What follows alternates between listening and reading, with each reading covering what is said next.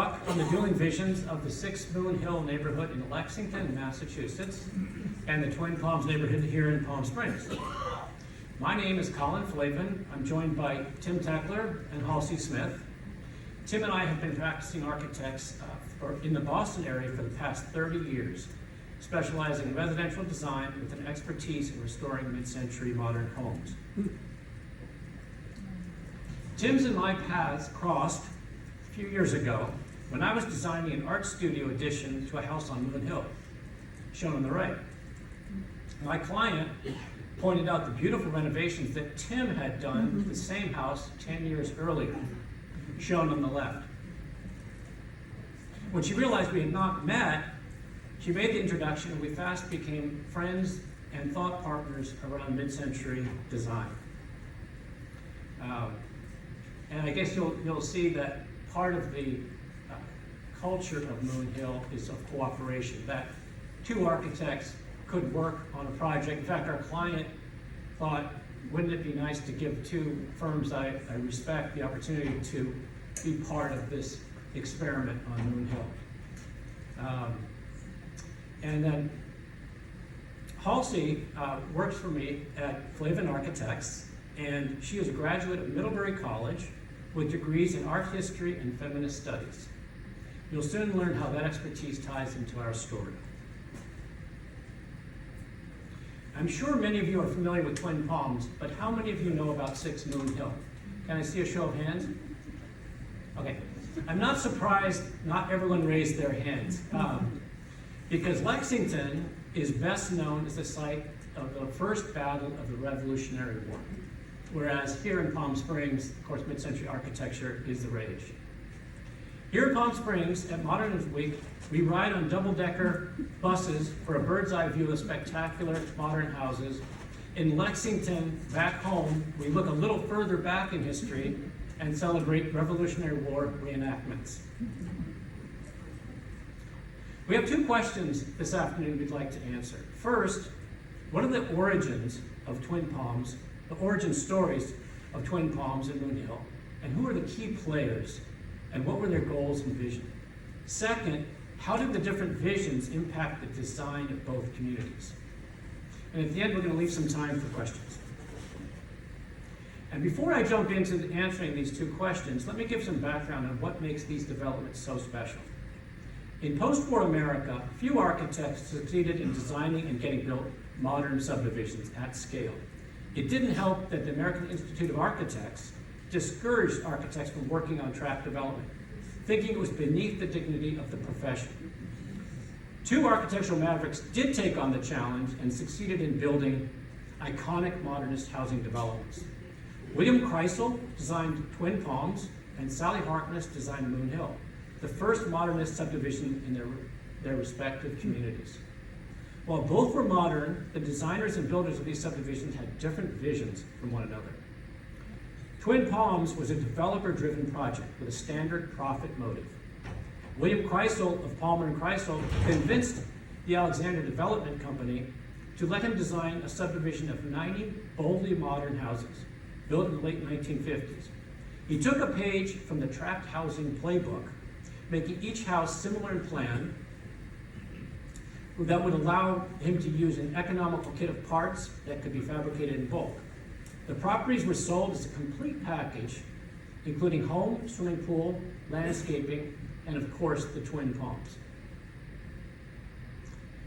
On the other hand, Sally Harkness and her partners at the Architects Collaborative conceived Moon Hill as a place to build their own ideal community based on the principles of modern architecture.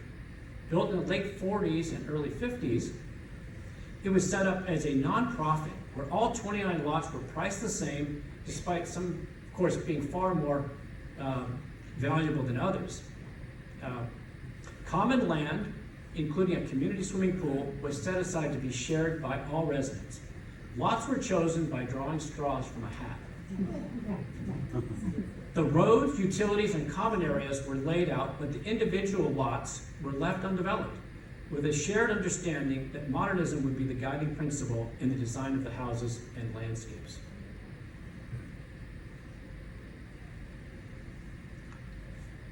Let me see here.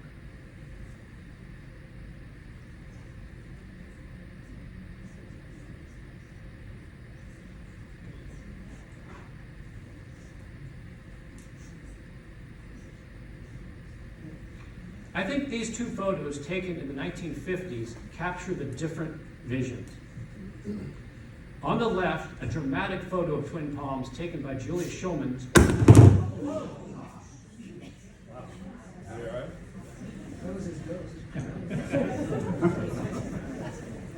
You okay? I think we're okay. Lost you. No more sounds. You can use my sound? No, it's still there. Just speak up. I'll speak it. Yeah, I think it's a speaker. Okay. I'll start at the beginning of this section again. I think these two photographs taken in the 50s capture the different visions. On the left, a dramatic photo of twin palms taken by Julia Schulman looks like a Madison Avenue ad campaign, just what would be needed for a sales brochure. The photo on the right of Six Moon Hill, taken by Ezra Stoller, shows an unfinished lot in the foreground and a child's tricycle precariously close to the car, and to me celebrates a looser ad hoc approach. Let's get into the origin story. I'll start this section and then hand off to Tim. Again, what are the origin stories of Twin Palms and Six Moon Hill, and who are the key players and what was their goal in mission? Think of this illustration as a sort of ancestry.com for architects William Krisel and Sarah Harkness. While Krisel and Harkness worked on opposite coasts, their architectural lineage can be traced back to a common origin. Krisel's mentor, Victor Gruen, and Harkness's mentor, Walter Gropius, had worked at the atelier of German architect Peter Behrens, a towering figure in the inception of modern architecture in the early 1900s. Behrens, there on the left, a self-taught architect, was a founder of the German Workbund, an avant-garde group interested in integrating traditional crafts with industrial mass production. His best-known building was AEG Turbine Factory, built in 1909. The building is notable as the first time restrained modern architecture was applied to an industrial building. With its distinctive exterior massing solid concrete juxtaposed with curtain walls of glass, seen in the center photo. The interior, shown on the right, where the steam turbines were manufactured, is bathed in natural light. In both his architectural firm and in teaching at the Academy of Fine Arts in Vienna, Behrens inspired many young architects to become some of the leading architects of the modern movement. In addition to Gruen and Gropius, Le Corbusier and Mies van der Rohe also worked for and were inspired by him.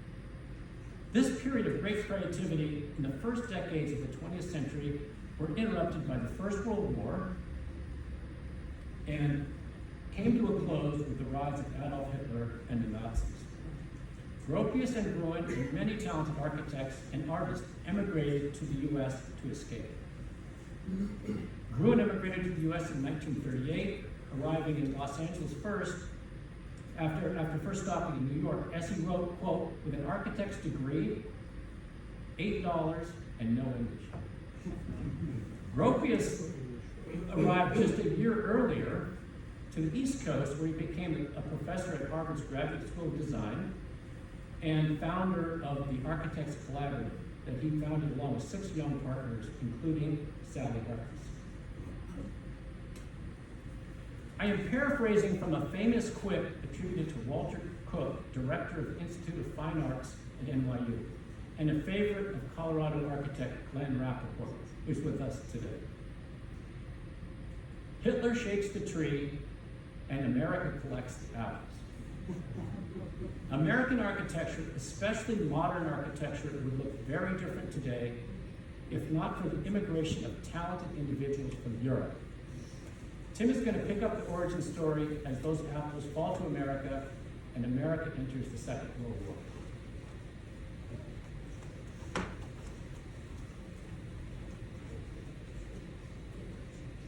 Thank you, Colin. Can you all hear me? Can you turn up a little bit, actually? Sure, I'll speak up. Meanwhile, the government spending on the defense industries near Los Angeles had pulled the region out of the Depression ahead of other cities. With a huge influx of defense workers and their families, the demand for housing was intense. first freeway opened in 1940, making the relatively flat outlying agricultural land viable for home building. While these were mostly conventional stick-built homes, efficiencies learned in local aircraft factories influenced local home builders in terms of material handling, labor management, prefabrication, and deployment on a larger scale. Although we think of Levittown, New York, as a caricature of the ticky-tacky homes for defense, ticky-tacky mass housing, it was preceded by over 4,200 homes for defense workers built in Los Angeles between 1941 and 1944. Levitt and Sons would not purchase land in Long Island until 1946. It was in this fertile environment that architects were beginning to put their interest in designing new communities into action. Design publications such as Pencil Points, Progressive Architecture, Arts and Architecture, and Sunset, and others published the work of architects addressing the problems of post-war home design in the context of this rapidly expanding need. The following sequence illustrates some of these new methods and materials being investigated by the designers of Twin Palms and Moon Hill. Dan Palmer, future partner of William Krisel, was born in Budapest, Hungary in 1920 and emigrated to New York in 1922.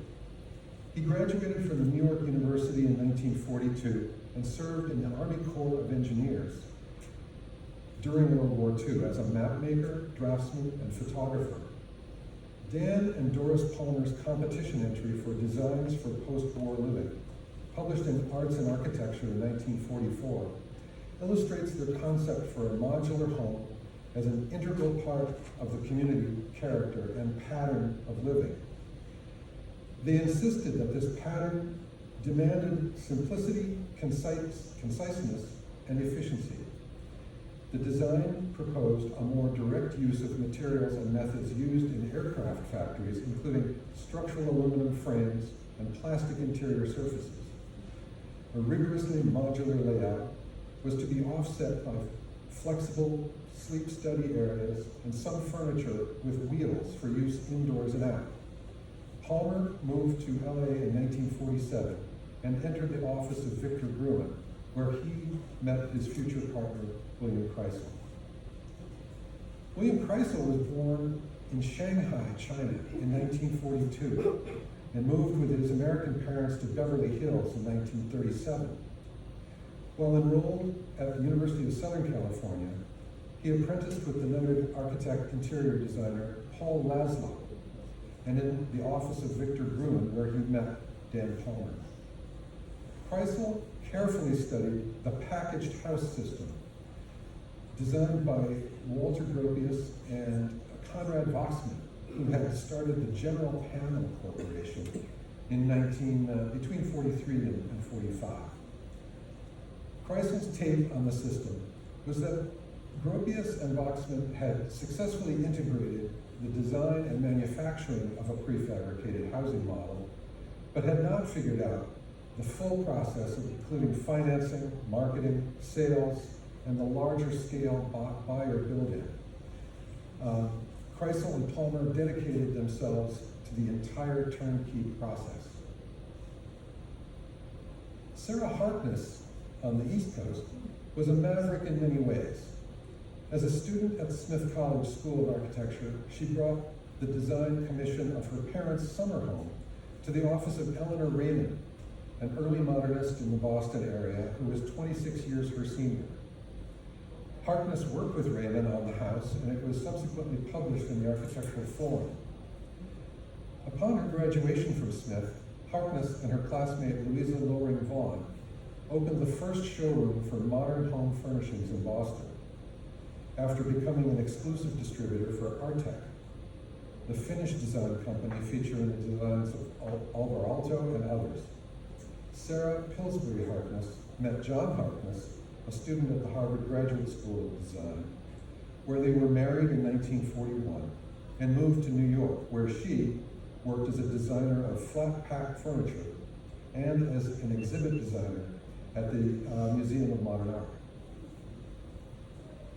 Chip Harkness joined the office of Skidmore, Owings and Merrill until being drafted in the fall of 1942, a year after they were married, serving as first as an ambulance driver for the American Field Service, and later as a designer in Cernia, Italy, developing plans for reconstruction of the town after it was bombed.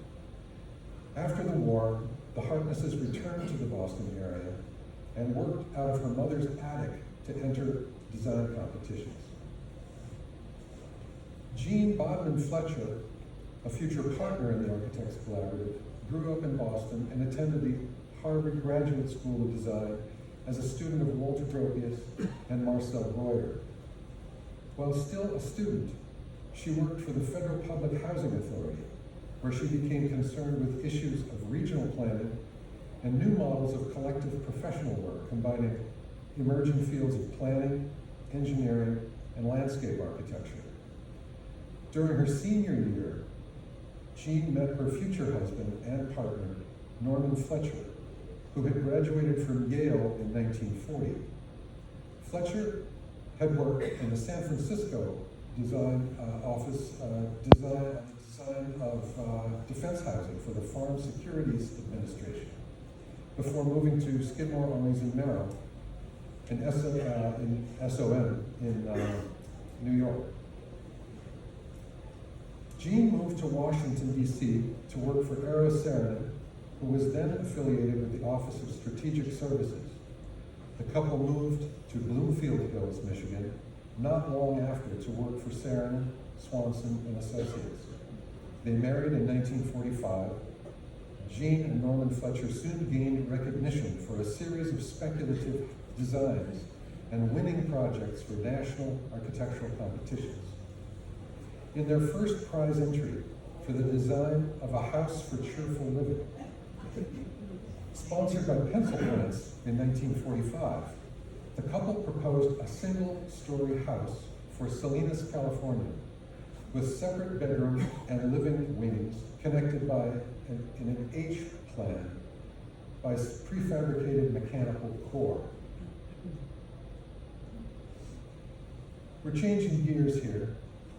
Upon winning first and second place in the Smith College dormitory competitions, the team of Sarah and John Harkness and Ben Thompson, Jean and Norman Fletcher, all future partners of the Architects Collaborative, got together, pooled their meager, modest winnings from these competitions, and started the Architects Collaborative. Now we're going to jump into question 2. How did the different visions impact the design of both subdivisions? In 1945, the young architects committed to forming a new kind of firm where collaboration between designers was more celebrated than the hierarchy they had experienced working in other offices. They asked Walter Gropius, who had recently ended his professional collaboration with Marcel Breuer, to join them. The Architects Collaborative, TAC, established their office in Cambridge, Massachusetts, where Gropius and some other partners could also continue to teach at the Harvard Graduate School of Design. The young partners lived in apartments, triple-deckers as they're called, in Cambridge, shared childcare, and began building their practice. Paying rent soon became getting old, and they started looking for property. They were very aware of the homes of their notable mentors who built in Lincoln, about 8 miles north of Cambridge. And on the bottom row, you can see some of these homes designed by Walter Gropius, starting on the left, Marcel Breuer, Walter Wagner, and on the far right, Henry Hoover.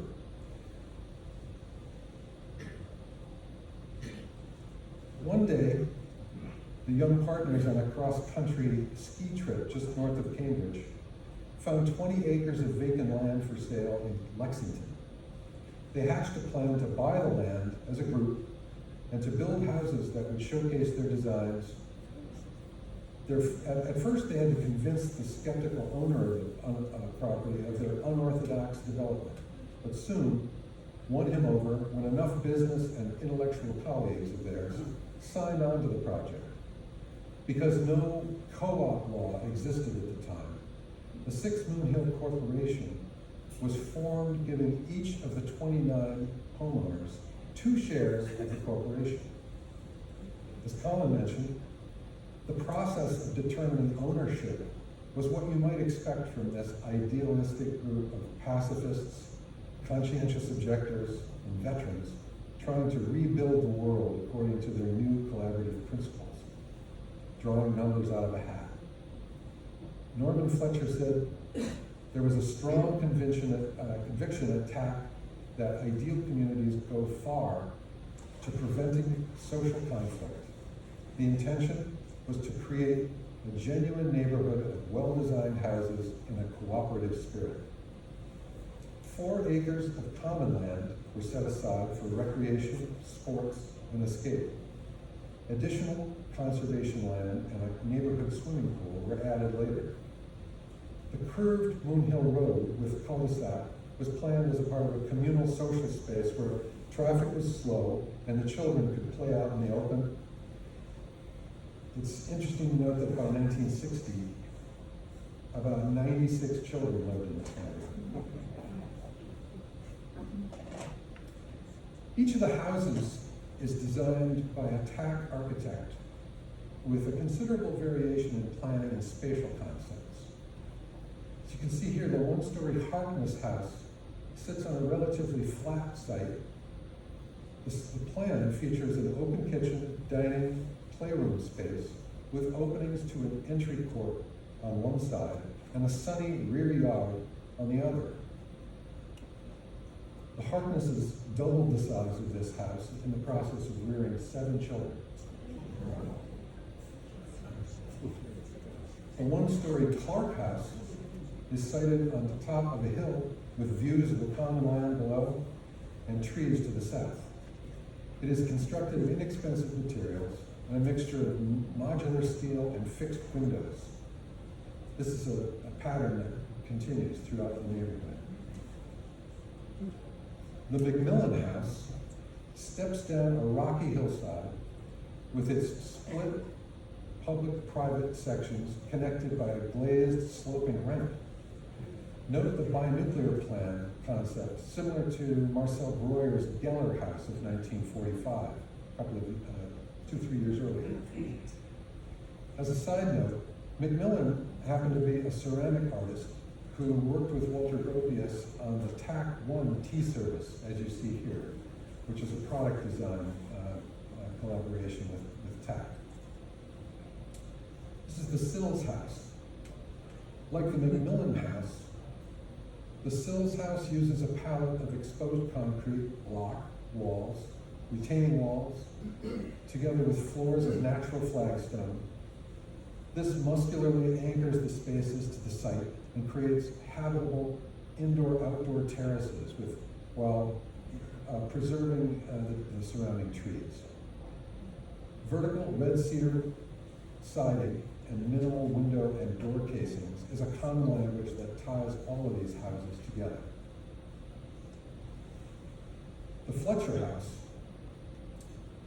uses a split-level concept with recreation, study space on the lower level and bedrooms above. The kitchen and living room on the middle level. This accommodates and takes advantage of the large amount of stone ledge on the property and the gently sloping site. By 1961, and 6 children later, the Fletchers more than doubled the size of the house with 2 additions, including a glass bridge in 1955. Norman Fletcher added a 3rd-story studio, which you can see on the upper left, in 1973. Technical Design Group worked with the owners in 2008 to renovate and upgrade the house, installing a new kitchen, restoring radiant concrete floors that had failed, installing insulation and insulated glass, etc. We also worked with the current owners to add a garage, second floor in-law suite, and a new screen porch in 2022. Using a concept quite unusual at the time, the Thompson House is a two-story structure, was constructed as a large volume supported on steel columns that kind of hangs off the hill, with an open mezzanine hosting bathrooms at each end. The first floor plan of primary living spaces was subdivided minimally with walls or with sliding fabric screens that came out of pockets. Instead of defined bedrooms, the mezzanine was periodically rearranged by the children using portable beds, armoires, bookshelves, and large plants on wheels. Thompson left TAC in 1959 to start his own firm and the retail home furnishing store, Design Research. He added a one-story addition using a more rustic flat roof post and beam structure with infilled glass, perhaps reminiscent of the contemporary buildings he saw on buying trips to Finland for Design Research.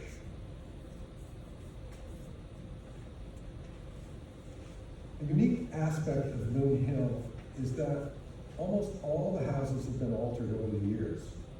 The Tucker House shown here is a good example, designed originally by Harkness and soon after added by Richard Morehouse and associates. He was an associate at TAC.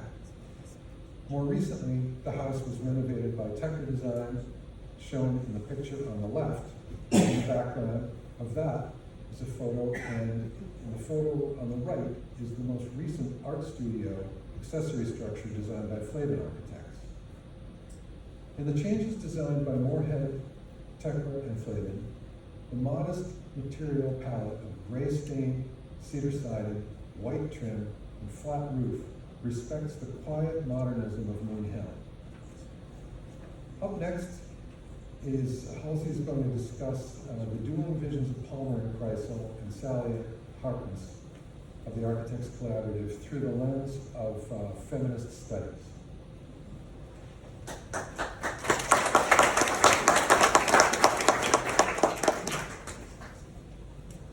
Thanks, Tim. I'm going to take us on a brief tangent to look at these firms' dueling visions through a different lens.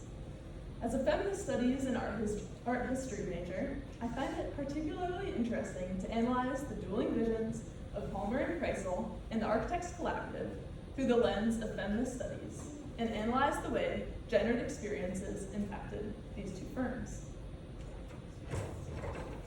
On the West Coast, Palmer and Krisel is marketed as almost a story of two madmen, Dan Palmer and Bill Krisel, working as a duo, accomplishing architecture at an astronomical scale.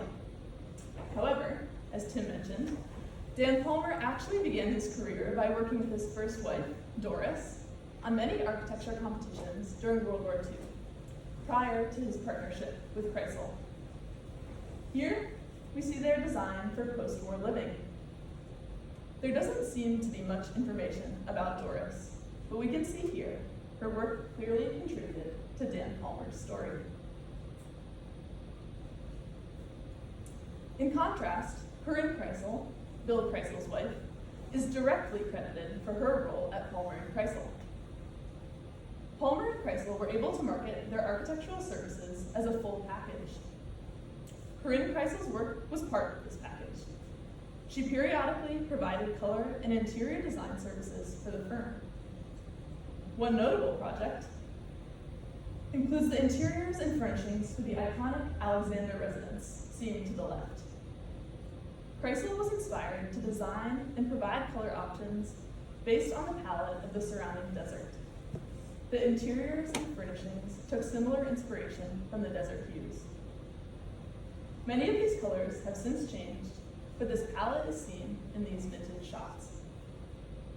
Corinne helped create the firm's unique proposed value of one coordinated effort.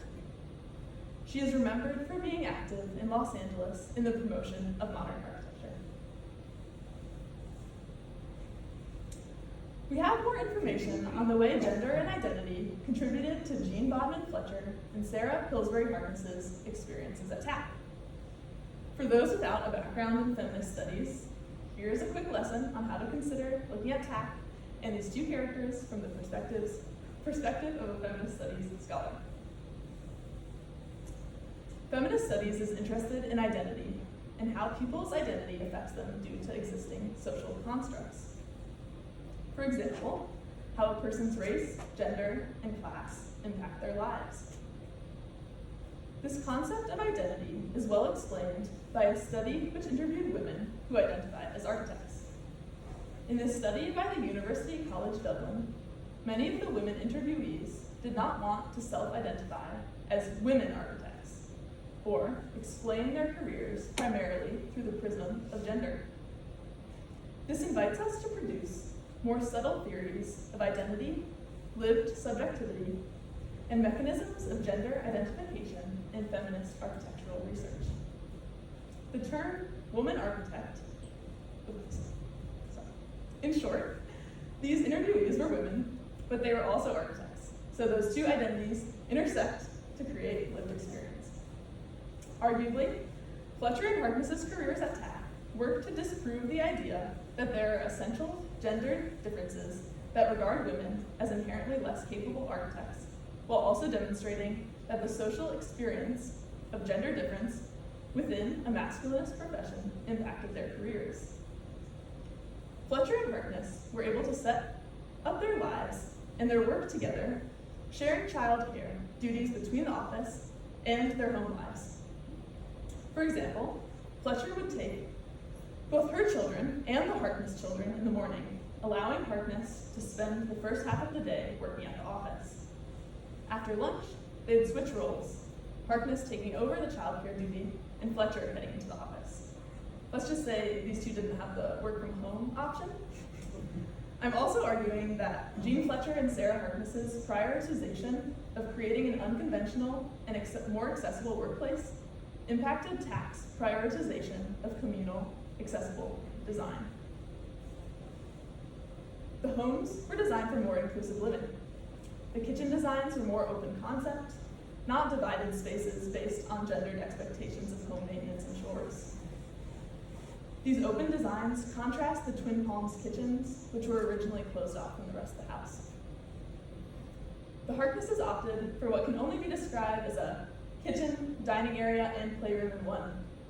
They eventually wanted to expand the space's use even further and connect it to the outdoors in nice weather. So they braced large windows with steel ties and attached hardware so the windows could be raised overhead, like garage doors. TAC divided their 20 acres into 29 equally priced lots of about 1/2 acre each. The homes were situated on a sloping hill lining a small road that forms a cul-de-sac.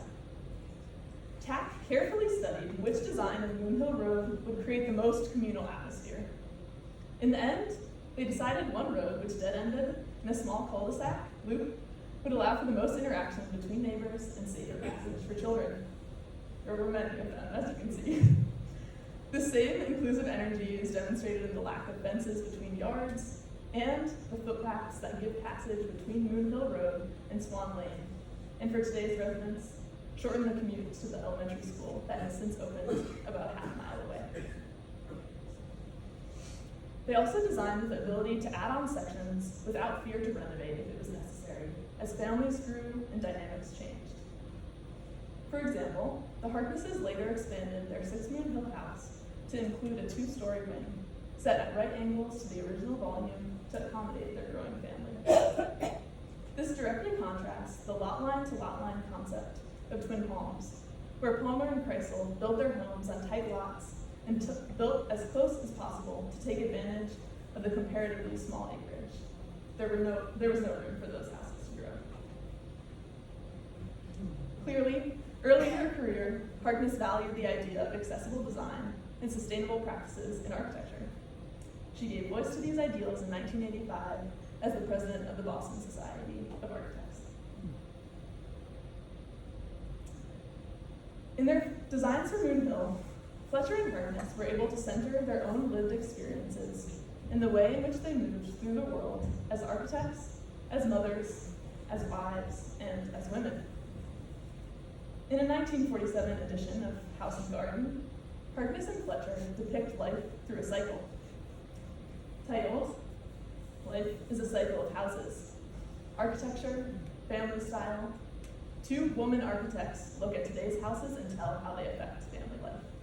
Full title there.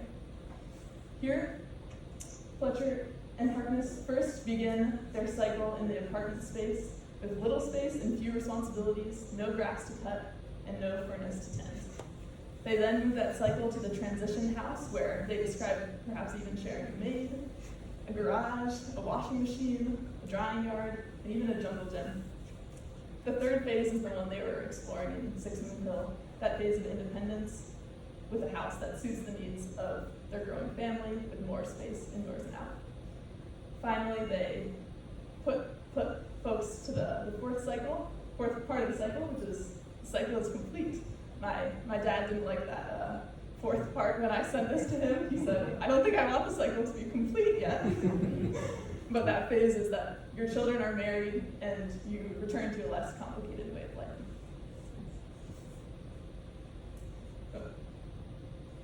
One more point here. Fletcher and Harkness do not shy away from the identity of woman architects. They embrace their intersectional identities and use this lens to consider how to design for more progressive, functional homes for families and caretakers. Colin's going to pick up question number 2, how did Krisel's vision impact the design of twin homes?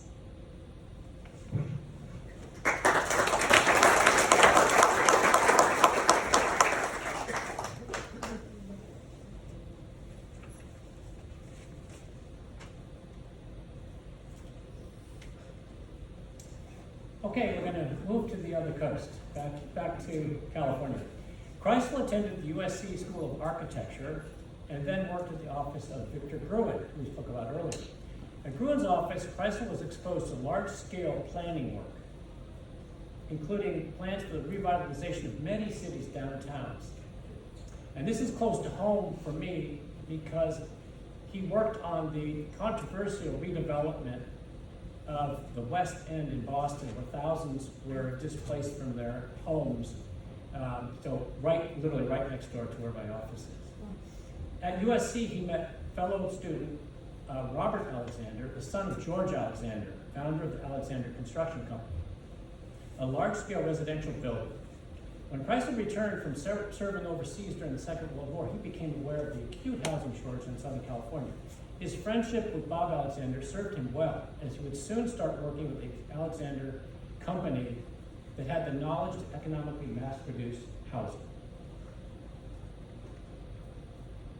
Krisel rejected the role typically assigned to architects to design individual custom homes for wealthy clients. Krisel, in an interview, said, I much prefer doing tract work because we could create this hypothetical family as the client. Whereas when you have a real client, they want you to measure how many pairs of shoes they have, how many neckties they have, and how they fold their socks. Boring, I can say. Instead, shortly after graduating from USC in 1949, he partnered with Dan Palmer and was working with developers on tract-style housing. Despite not only being discouraged by the AIA, American Institute of Architects, Palmer and Krisel were threatened with expulsion. He found, however, having one client for hundreds of houses suited him better than one client per house. The Midwood signature home, shown on the right, is part of a subdivision designed by Krisel, more conventional perhaps than Twin Palms, but you can see Krisel's creative hand at work in the clear-story windows on the gable roof in the photo on the right. With an FHA loan, the house cost for this development started at $32.50 per month for principal and interest.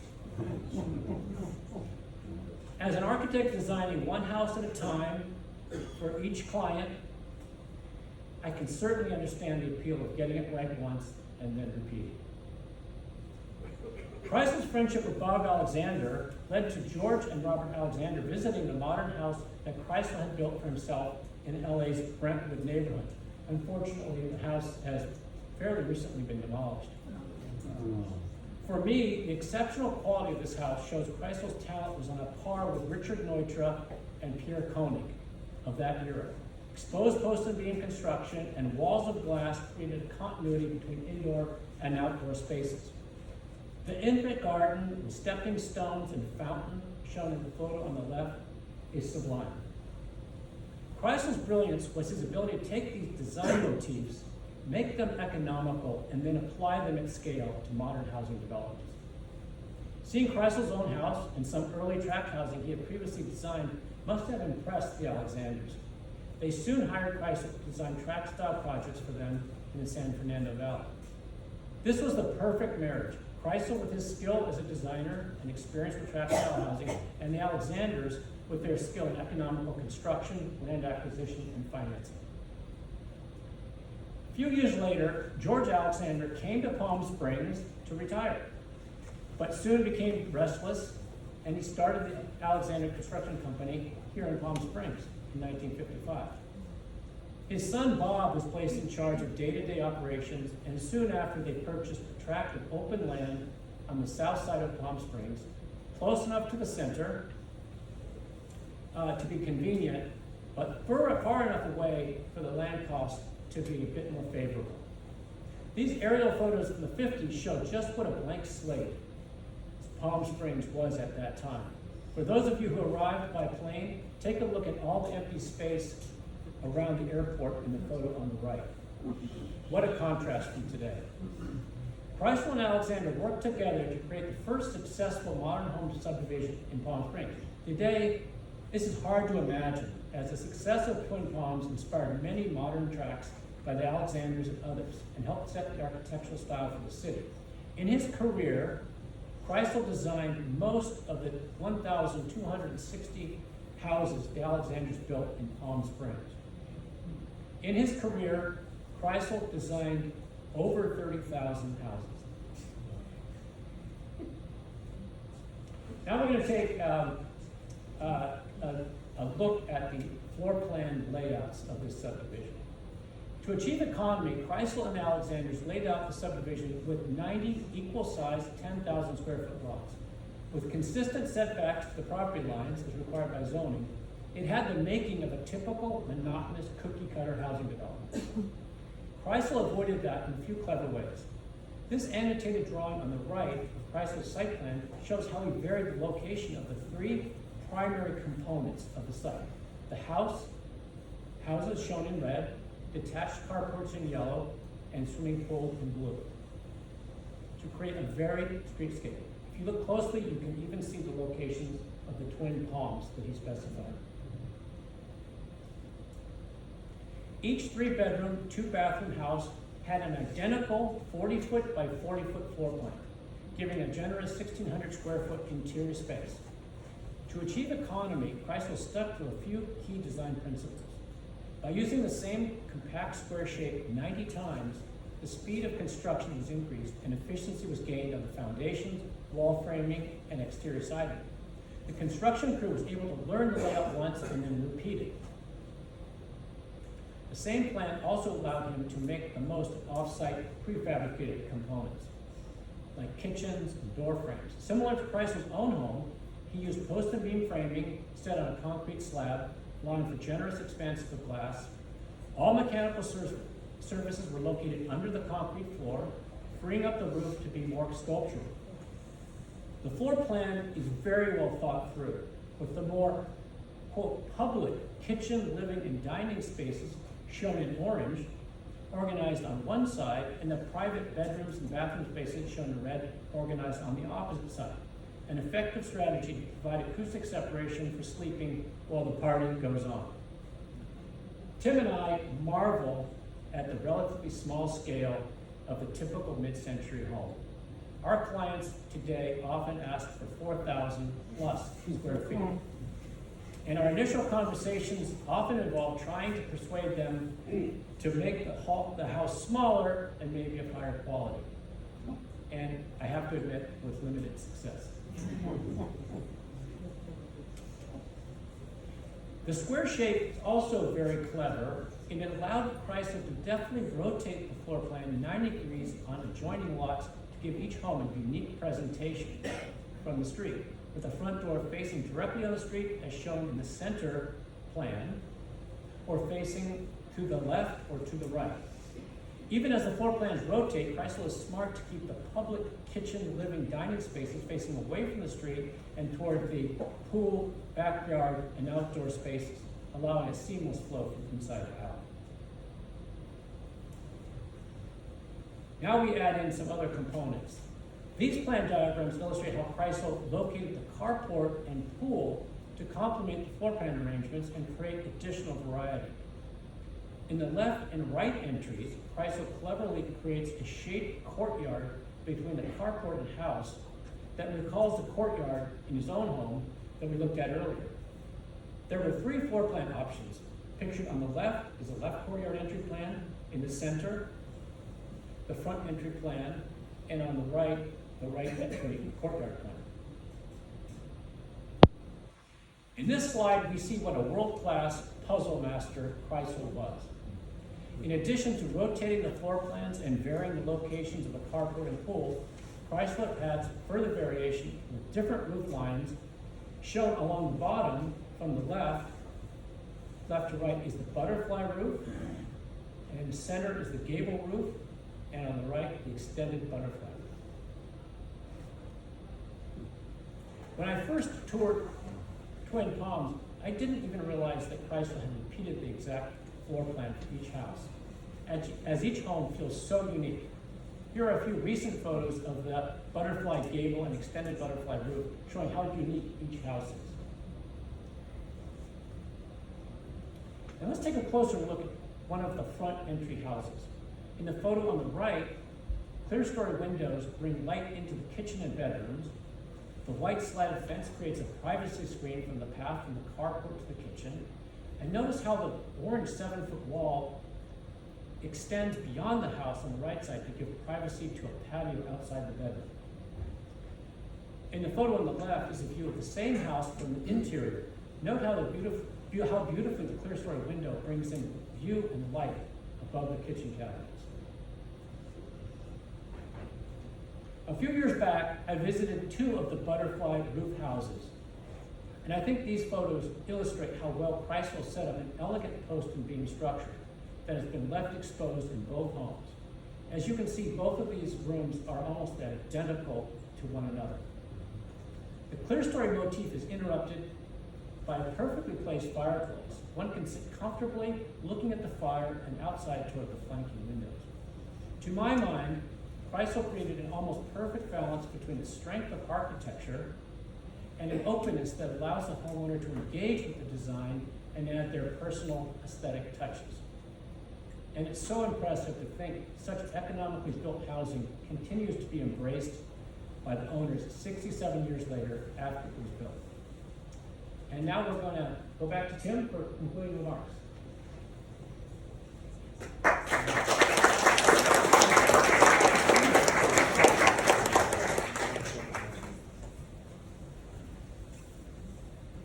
The designers of both these developments were seeking to find a direct approach to responding to modern life in their eras. As Colin pointed out, Palmer and Krisel were very successful as residential designers, working with builders to produce thousands of homes. They stayed small and produced big. After 6 Moon Hill, TAC would go on to create 5 Fields, a similar development with 68 houses and common amenities, which went on to influence other developments in that area into the 50s and 60s. After that, TAC shifted its focus to larger scale institutional and public work, becoming one of the largest architectural firms in the country. I think Twin Palms and 6 Moon Hill have stood the test of time for different reasons. Because of Krisel's clear commitment to an open, loft-like style and the house's relationship to an intimate landscape, the value of the minimalist interior aesthetic combined with the weather and the inspiring macro environment, they've brought an appreciation of new generations. In a sense, Krisel his attention to branding has retained its value. The work that Krisel and the Alexanders put into market research, curb appeal, and efficient delivery of a consistent product was part of their innovation. They were selling both real estate and a lifestyle. In a sense, it was an early example of domestic product design that had a major influence on large-scale builders going forward, with both good and not so good results, as you all know. The young TAC partners, on the other hand, were creating starter homes on larger lots with the ability to grow over time, along with their families. Six Moon Hill neighbors have embraced the founders' commitment to community in a way that does not require them all to go to the same church or school or shopping place. They maintain a tradition that each new family in the neighborhood is welcomed at a potluck dinner hosted by the last family to join. They share information on how to maintain their homes and their landscapes. They continue to use a technique of a design review board formed of concerned volunteers to meet with architects planning changes to individual homes. Colin and I have had the pleasure of presenting to this review board. The comparison of the two brings up various questions about what we value when looking at our current era, our environment, and the home and work lifestyles, and the affordability of homes for families. Some of the questions it brings up, we think, are: what scale of homes make the most sense today? Is offering home buyers the possibility of expanding in the future a valued option, like ADUs or granny flats? Do we need more flexible plans rather than fixed rooms in case we work from home or school from home? How can we foster a greater sense of energy consciousness and efficiency in new construction and renovation? As we have children embrace co-housing or consider aging in place, what do we want our houses to do? In a world of social media, what does community even mean? So as we approach the mid-21st century, what is our direct approach to responding to modern life in our era? And with that, I want to thank you so much for coming today. And I